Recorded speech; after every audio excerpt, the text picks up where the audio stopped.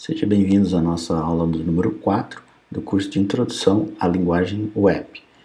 Vamos continuar falando hoje sobre o CSS, que é a nossa linguagem de formatação de estilos utilizada para desenvolvimento de páginas web. A propriedade Font Family, então, nós podemos definir a que família pertence a fonte que nós queremos utilizar. Utilizando, então, conceitos como esse, nós podemos definir uma família inteira de fontes como Times New Roman e as famílias que nós iremos trabalhar como serifa ou sem serifa. Aqui nós podemos ver alguns exemplos. Os estilos da fonte que nós vamos utilizar são definidos com a propriedade Font Style. E as propriedades de uma fonte elas podem ser normal, itálico ou oblíquo. Bem parecido com os atributos de formatação que a gente fazia com o HTML. No entanto, utilizando agora tags de formatação em CSS. A propriedade FontWeight define então o peso que se dá à fonte, ou seja, a espessura da fonte. O padrão é o normal. Nós podemos alterar isso para Think ou Bold, que transforma num negrito que nós já conhecemos lá nas tags HTML. Quanto ao tamanho das fontes, são definidos pela propriedade FontSize. E para se definir tamanho de fonte, nós podemos utilizar duas maneiras, utilizando uma definição do tamanho em pixels ou através de um padrão de medida chamado EM. Esse padrão de medida consiste em uma unidade correspondente a 16 pixels. Então, para se transformar pixels, basta fazer uma divisão simples da quantidade para saber o valor em EM. Esse padrão foi desenvolvido pelo W3C e é utilizado como uma forma de padronização de tamanhos de fontes na internet. Para utilizar fontes externas, nós usamos como um arquivo CSS comum. Então, nós precisamos fazer um link rel com o style sheet, colocando a fonte externa que nós queremos utilizar. Um bom repositório de fontes é o Google Fonts. Nós podemos acessar esse site, encontrar uma fonte que mais nos agrada e incluir no nosso projeto. Colocando então essa tag link rel, nós fazemos o link com o arquivo CSS da fonte e utilizamos através da propriedade Font Family.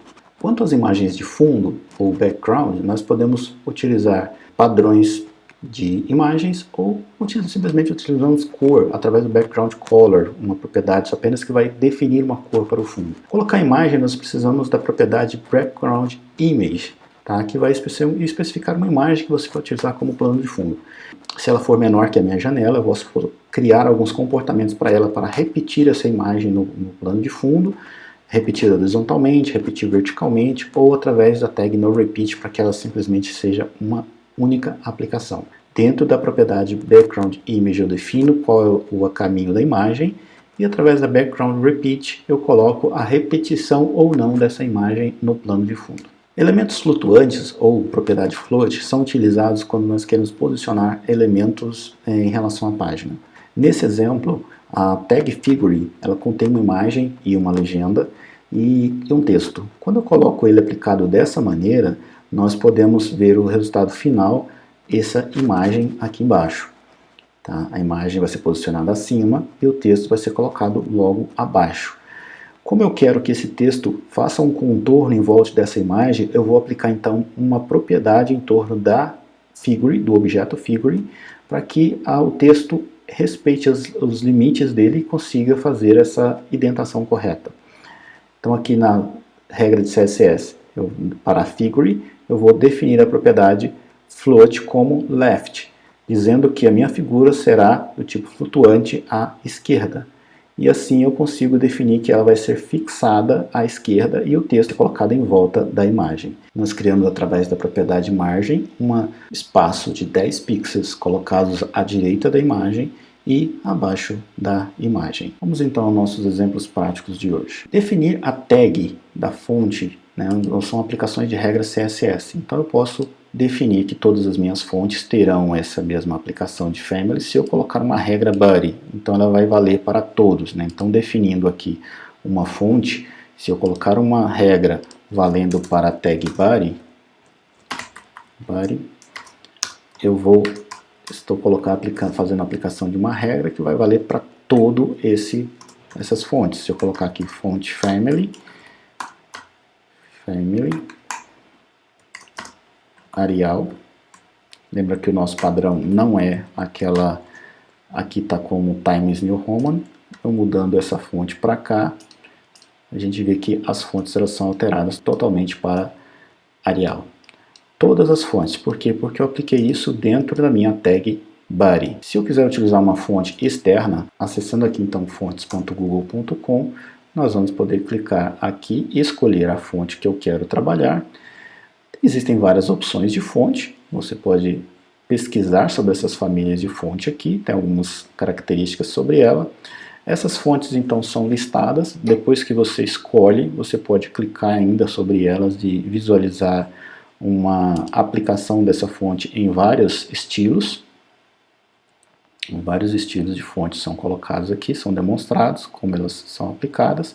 E para aplicar essa fonte, eu vou colocar aqui Select esse Style. Selecionar esse estilo, aparece essa opção aqui do lado, eu clico em Embedded, que aqui a incorporação vem para mim o link que eu preciso colocar na minha página. E é o nome da regra CSS que eu vou utilizar. Então é só copiar aqui, a gente vai copiar esse link rel na minha página. Lembrando que isso tem que ficar dentro da head, né? Aqui, e a regra CSS aqui está aqui, Font Family, regra CSS. Vamos então aplicar isso no body.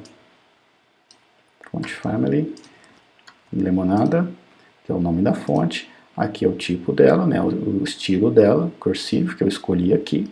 E se a gente usar agora a nossa visualização, a gente vai poder encontrar a nossa fonte um pouco alterada.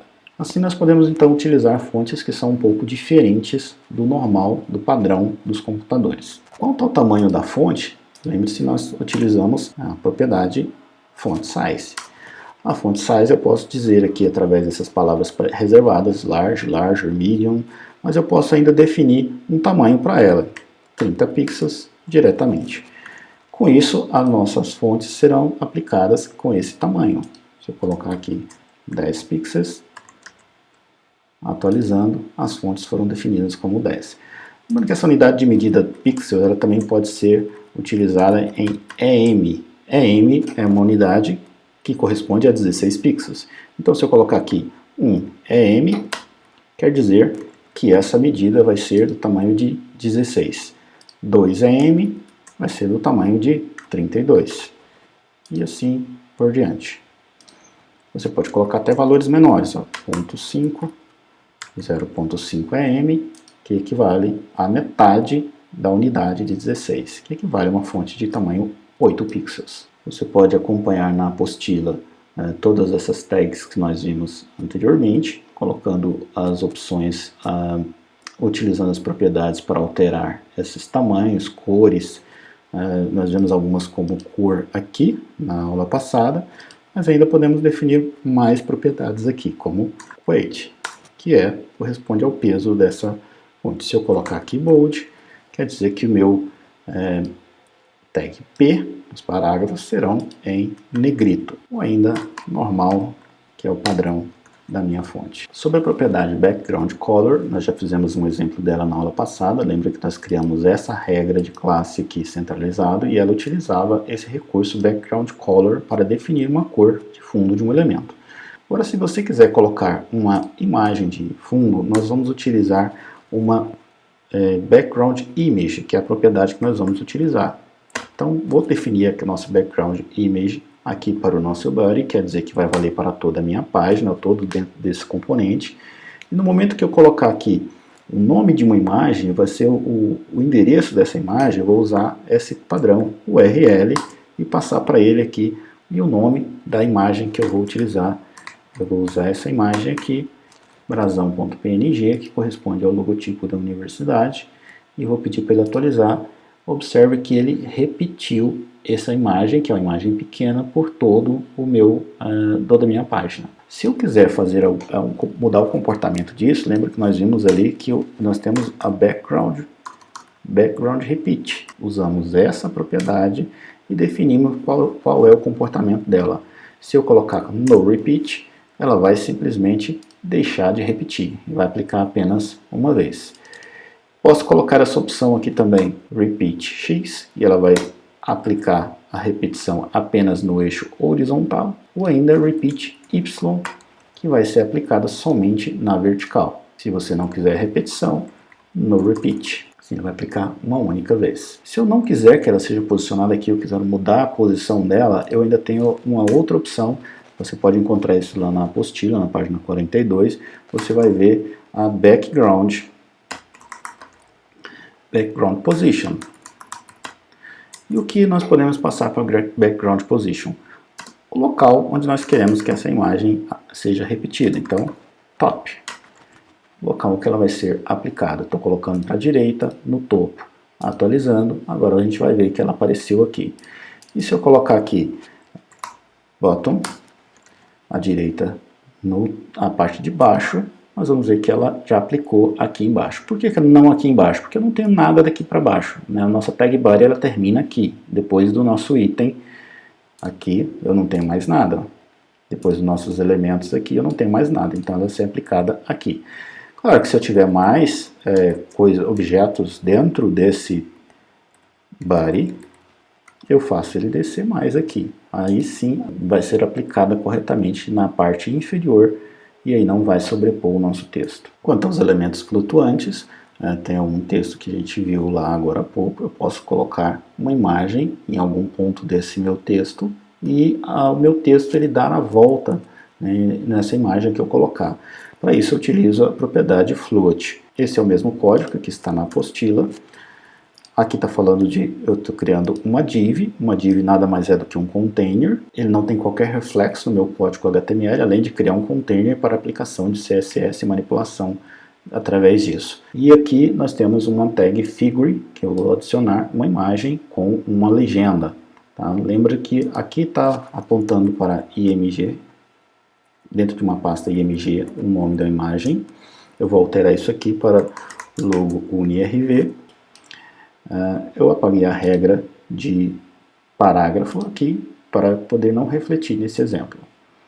Bom, atualizando a nossa página, você vai ver esse comportamento e a imagem e a legenda são colocadas aqui. No entanto, a nossa legenda está corretamente abaixo da imagem, mas o texto está abaixo da legenda e eu gostaria que ele ficasse em volta da imagem. Então, para isso, eu vou utilizar a nossa propriedade de float, criando uma regra para figure. Tá? Já que o nosso elemento é isso aqui, eu quero a propriedade float aplicada a esse elemento figure.